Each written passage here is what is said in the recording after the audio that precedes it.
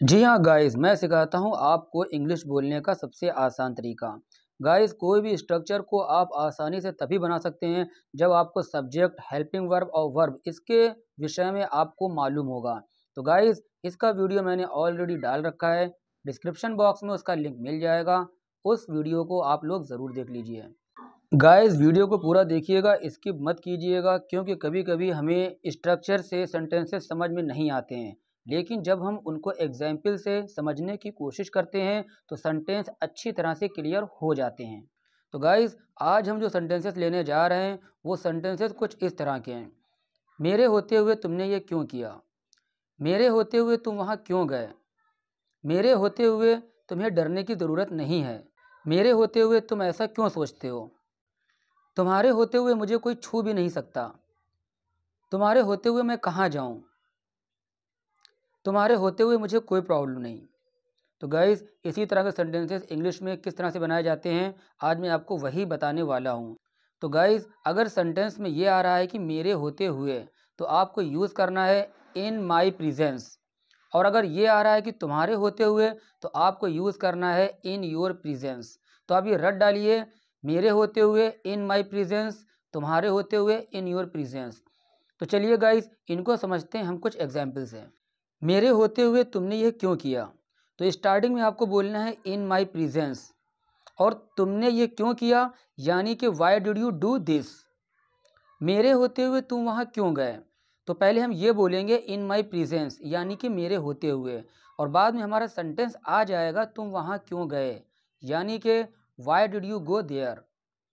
मेरे होते हुए तुम क्यों डरते हो? तो स्टार्टिंग में आपको बोलना है इन माई प्रेजेंस, और तुम क्यों डरते हो यानी कि वाई डू यू स्केयर। मेरे होते हुए तुम ऐसा क्यों सोचते हो?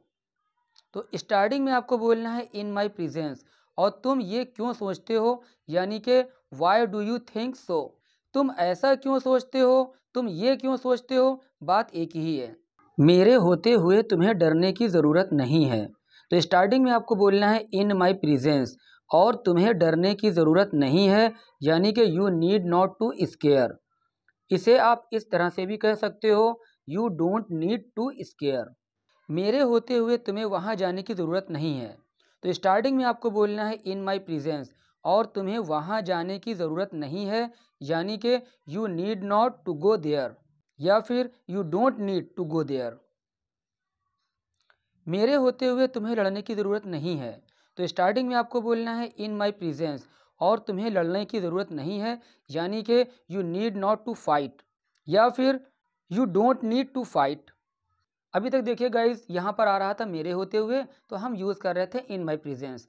अब देखिए यहाँ पर ये आ रहा है तुम्हारे होते हुए, जैसे कि तुम्हारे होते हुए मुझे कोई छू नहीं सकता। तो स्टार्टिंग में आपको बोलना है इन योर प्रेजेंस, और मुझे कोई छू नहीं सकता यानी कि nobody can touch me.